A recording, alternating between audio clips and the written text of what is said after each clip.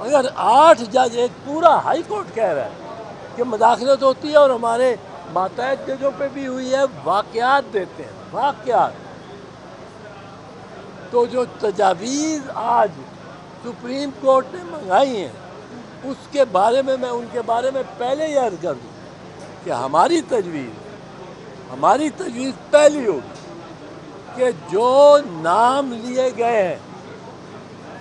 6 ججوں کے خط میں، اور جو نام دیے گئے ہیں جسٹس شوکت صدیقی صاحب کے خط میں، وہ نام تو آشکار ہو گئے، ان افسروں پہ پہلے ٹرائل کریں، کیونکہ اگر ان کے خلاف کارروائی نہیں ہوگی تو آپ جتنا مرضی آپ بنا لیں charter of democracy intelligence agencies کے لیے، اس پہ کوئی عمل نہیں ہوگا۔ اور اطہر من اللہ صاحب نے جیسے کہا کلچر آف ڈیوینس چلتا رہے گا۔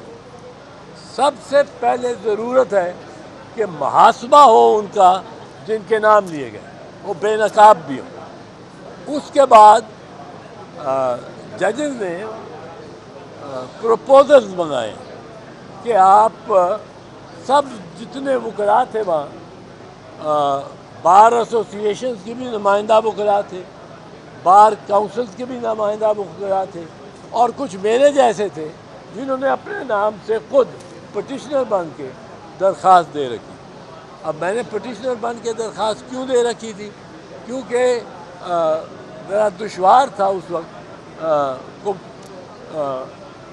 کوئی سائل ملنا، تو میں خود ہی سائل بن گیا، اور خواجہ احمد حسین صاحب میرے وکیل ہیں۔ اس سے پہلے میرے بڑے معتبر وکیل لطیف کھوسا صاحب ہیں، وہ 2 ملٹری کورٹس کو چیلنج جو کیا ہے میں نے، اور دوسرا جو چیلنج کیا ہے یہ ڈس اپیئرنس گمشدگیوں کو۔ آج تاریخ پڑ گئی ہے 7 تاریخ، میں اس لیے بھی نہیں چاہتا تھا کہ لارجر بینچ فل کورٹ کے بینچ میں چلے جائیں تو اس سے اور تاثیر ہو جائے۔ ظاہر ہے اگر آپ سب ججوں کو بلانا شروع کر دیں سب اسٹیشن سے تو اور سے یہ ہمارے لیے ایک موضوع اور اچھا بینچ ہے، اور اگر ہمارے خلاف ہوئی تو اپیل کرنے کا حق تو ہمارے پاس ہوگا ہی، تو ہمیں 2 مواقع مل جائیں گے۔ اگر ہمارے حق میں فیصلہ آ گیا تو پھر حکومت کو دشواری اور مشکل بنے گی ایسے ججز کو ان کی باقاعدہ سوچ اور نیک نیتی کے ساتھ جو انہوں نے فیصلہ کیا ہے، جو 5 ججز نے ملٹری کورٹس کو ختم کیا۔ جی ہائی کورٹ نے بھی نا جو اوپینین دیا ہے کہ ان کی مداخلت ہوتی ہے، جی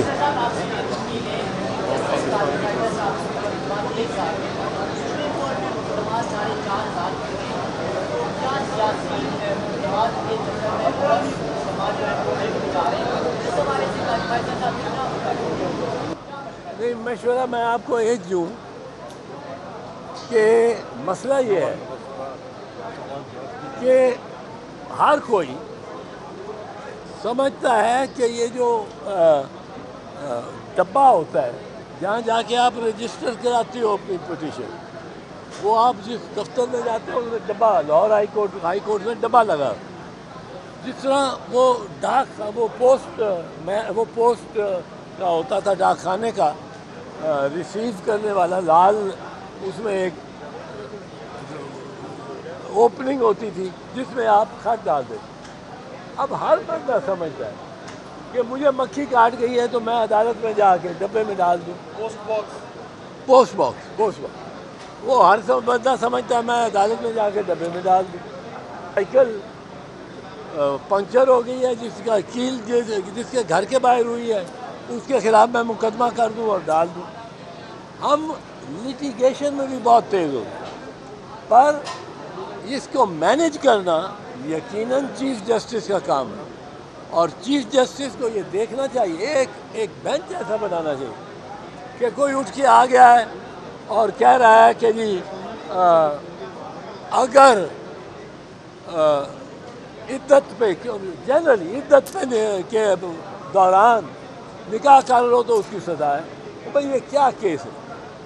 یہ کیس کیا ہے؟ یہ اس طرح کی جو بالکل بیہودہ پٹیشن ہیں اور درخواستیں ہیں ان پہ سپریم کورٹ کو جرمانہ لگانا چاہیے.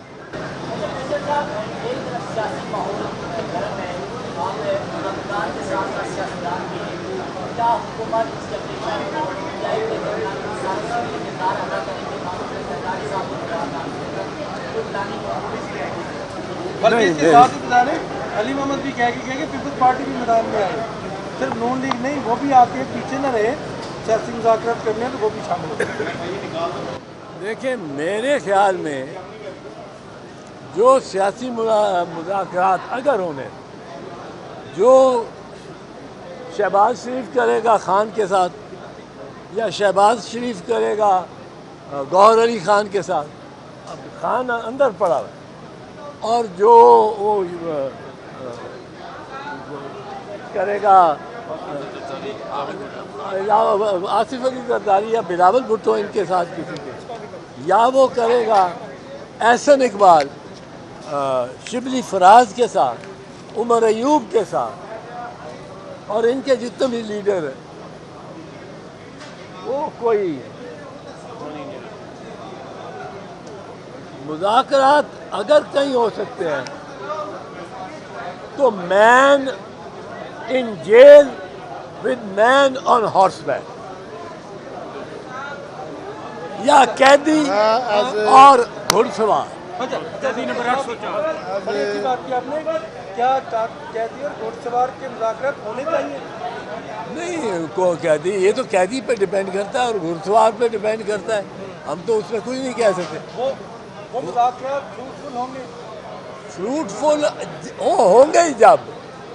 جب فروٹفل ہونے والے. As a vice president supreme court bar association, میں as a vice president supreme court bar association محترم اعتزاز احسن صاحب کے موقف کو انڈورس کرتا ہوں. انہوں نے جو کچھ کہا سپریم کورٹ بار ایسوسیشن کی طرف سے ہم ایز اے ریپریزنٹیٹیو ہم نے بھی اپنی پٹیشن فائل کی اور ہم نے یہ کلیئر کہا کہ ان کی ایک جوڈیشل انکوائری ہونی چاہیے. جو لیٹر 6 ججز اسلام آباد ہائی کورٹ نے بھیجا ہے اس کو ایز اے چارج شیٹ جو ہے وہ لیا جائے, اور اس چارج شیٹ کے اوپر